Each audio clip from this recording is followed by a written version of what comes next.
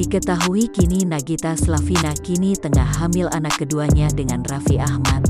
Hal tersebut membuat kedua pasangan artis ini sangat bahagia karena mereka sudah menanti lama momen tersebut.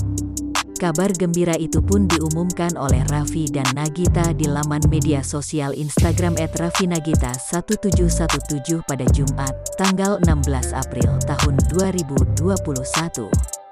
Unggahan tersebut langsung dibanjiri ucapan selamat dari rekan artis hingga penggemar mereka. Namun, dari banyaknya komentar ada satu ucapan yang menjadi sorotan. Komentar itu ternyata dari mantan kekasih Raffi yaitu Tyas Mirasih. "Alhamdulillah, congrats guys," tulis Tyas dalam kolom komentar. Ternyata komentar Tyas pun langsung diserbu warganet. Mereka turut mendoakan agar Tyas juga segera menyusul memiliki momongan.